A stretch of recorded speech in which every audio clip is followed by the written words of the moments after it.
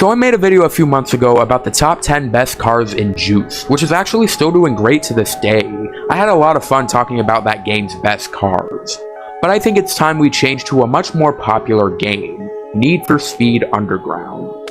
So my first time playing NFS Underground, I actually never really paid attention to how different every car in the game is.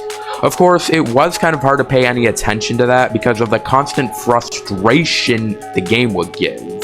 The traffic, the cars that would never rubber band, it was stressful. But since I was so focused on trying to beat the career with all that, I stupidly assumed that all cars had the same handling, top speed, and maybe the same acceleration. I was wrong. Recently, I went through all 20 cars in the game, excluding the bonus cars, maxed them out, and tested them all to see how good they were in terms of performance. I put them all on a tier list that I made, and no, I will not be showing it to y'all. I'm doing the top 10 for that. Of course, know that every car that will be in the top 10, we're all in the A tier, with only the number 10 being in the B tier. With all this said, I will now go through the top 10 best cars in Need for Speed Underground. Keep in mind that I will be assuming all cars will have all Stage 3 performance parts. I am not judging them by stock performance. That takes all the fun out of it. Oh, and be sure to leave a like and subscribe to the channel if you would like to see more PlayStation 2 related content like this. Get out! Okay, kind of mean, but okay, let's begin. Before we start with the top 10,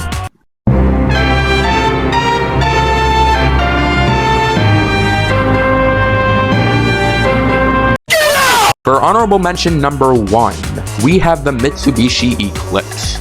Now, don't get me wrong, I absolutely love this car, but this car is too unworthy to make it to the top 10 in this list. In that tier list that I mentioned before, this car was only a little bit worse than the top 10 spot. Honestly, it isn't even that great of a car due to its terrible steering. The only real reason I wanted to include it was to show how close I got to recreating Big Lou's Eclipse from Need for Speed Most Wanted. I think it looks good. And last, for honorable mention number 2, I chose the Nissan 350Z. Yes, you heard that right. Remember in my top 10 best cars in Juice video when I said the Nissan 350Z was number 2 in the list? Well, it's basically the exact opposite here.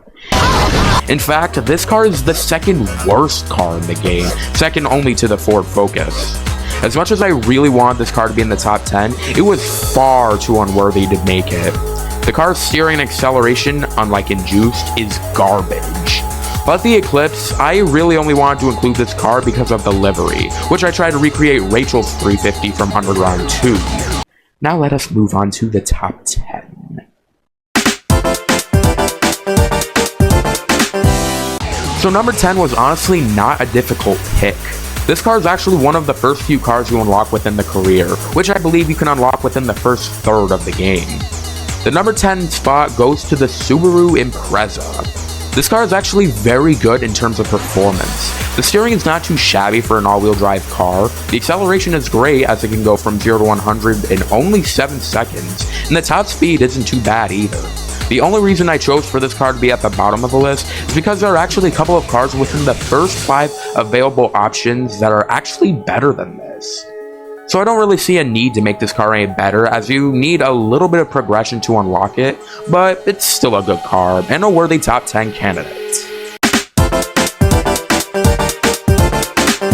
Alright, now we are switching to a front-wheel drive car. Yes, this list is going to have a few, but do not underestimate them. Some of the front-wheel drive cars in this game are actually really good. For number 9, I chose the Dodge Neon. Now, for a front-wheel drive car, this car is somehow better than the Subaru. The acceleration is slightly better, and the steering is probably just about the same. Of course, with the buffed acceleration, I think it makes this car a bit more dangerous, especially with traffic. But hey, danger is what makes this game a lot more fun and exciting. I laugh in the face of danger.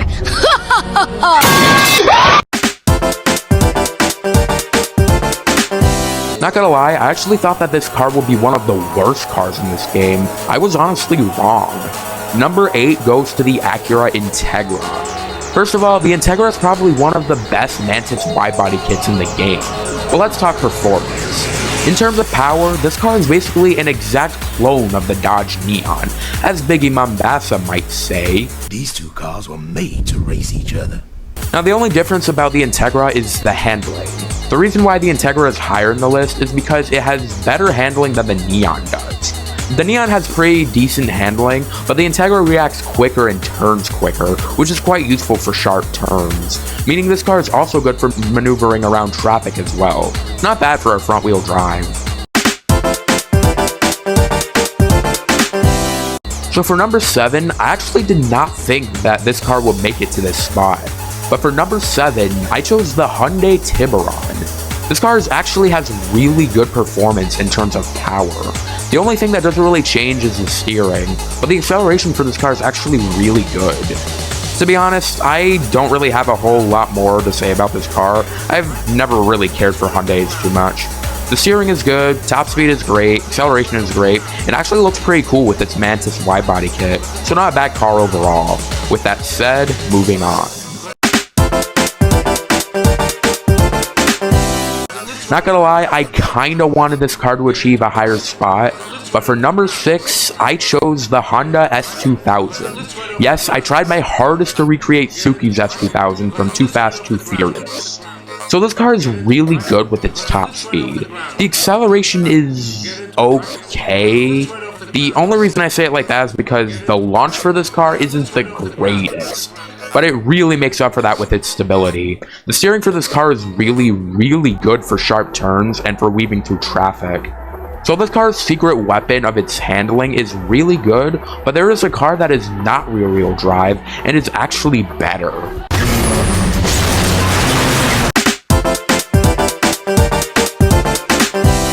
Alright, we are halfway done. To be honest, I really did not think that a car like this would reach this far. I really thought it was gonna be number 9, but for number 5, I chose the Mazda Miata. Yes, the Miata in this game is actually better than the S2000. Probably why Underground 2 does not have it. And here's the thing. To get the S2000, you need to progress so far in the career to get it. I believe like 2/3 into the career. Yet the Miata is one of the 5 cars you get to choose for a freaking starter car. The reason why the Miata is better is because of, well, everything. The acceleration is a lot better. Yes, it still does not have that sudden boost when you first hit the gas, and it even spins your car out just a tiny bit, but it takes a lot quicker to get to higher speeds, and the handling is actually a lot better too, as you can take a lot of turns without even having to touch the brake. So for a starter car, it is the most overpowered out of the 5.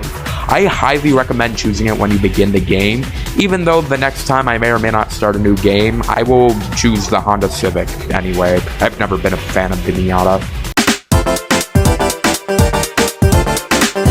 So we're going back to a rear-wheel drive car for this spot. Kind of a shame that this car cannot reach the podium, but good enough for me. Number 4, I chose the Toyota Supra. Now this car is actually not a bad car at all. The steering is decent, the acceleration is great, and the top speed is surprisingly great as well. It is not difficult to maneuver this car through turns and traffic, although sometimes you may have to brake for it. Still, this car makes up for that with its speed and stylish looks. Also, one thing I noticed, in Juiced, this car is actually one of the worst cars because it does not have the best peak performance, which make all-wheel drive cars obliterate this one. But in this game, this car can beat the crap out of most of the cars. Honestly, I'd say the trade-off between the 350Z being one of the best cars and the Supra being one of the best cars is worth it. I like the Supra better anyway, to be honest. If I'm being honest, I was actually scared that a car like this was gonna make it this far. And it's this good enough to be on the podium, as it is a scary car to drive. The number 3 spot goes to the Acura RSX. Not gonna lie, I have never been the hugest fan of this car, but this car pretty much punished me with my opinion by turning out to be a beast to drive. This car basically takes the words balance and danger, then cranks the 2 all the way up to 9,000. It's over 9,000! What? This car has dangerous acceleration, has a pretty decent top speed, and surprisingly has great handling as well. Of course, the acceleration only becomes a problem in later gears, because as we all know, when speed goes up, torque goes down, meaning that this car takes a bit to reach its peak speeds once it reaches the higher gears. Still, I'm not complaining. The acceleration and handling make this car a beast enough of its own. Alright, this car may shock some of you guys, but for the silver spot in this top 10, I chose the Nissan Skyline GTR. Are you freaking kidding me? The most powerful car in the game is not the number 1 car, unfortunately. I will get to the reason why in a minute. It may not be number 1, but number 2 is pretty good. Better than being number 7 in juice. So the Nissan Skyline is one of the most dangerous cars in the game. The acceleration is insane as it gives the most boost when you first hit the gas, has a really good top speed, and pretty good steering. Of course, there is one reason why I didn't choose this car as number 1, the drift races. On the drift courses, the oversteer for this car skyrockets. Hell, towards the end of the career mode, I had to alternate between the Skyline and another car just to do the drift races.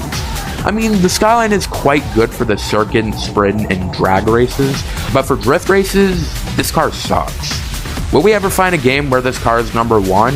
We may never know.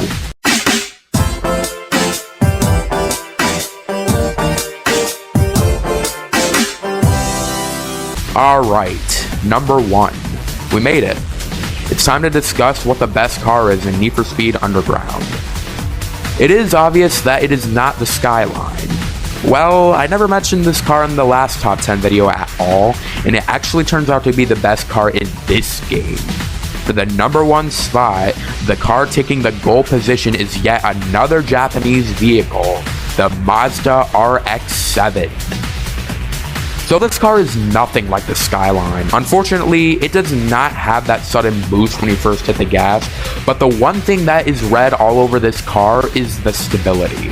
The top speed is actually quite decent, the acceleration gets better once you reach higher gears, and the steering is much better and is a lot more stable.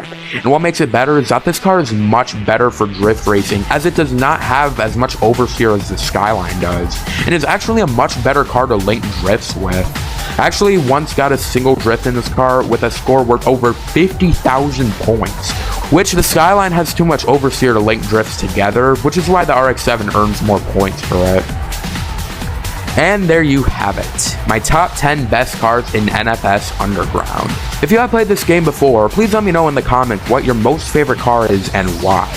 Not gonna lie, the cars and customization in this game were so much fun to mess around with, and I'm really looking forward to making a similar video regarding NFS Underground 2. But I think it's time for me to make my departure. If you enjoyed, please be sure to leave a like and subscribe to the channel if you would like to see more PlayStation 2 related content like this. Be sure to also follow me on Twitch to catch my live streams. I stream every Wednesday, Friday, and Saturday, starting from 1 PM Eastern Time and ending at 4 PM Eastern Time. Be sure to also join the Discord. You will find it in my YouTube home, but that will wrap things up here. Thank you all so much for watching, and I will see y'all in the next video. Until then, this is Bubba Boss, signing out.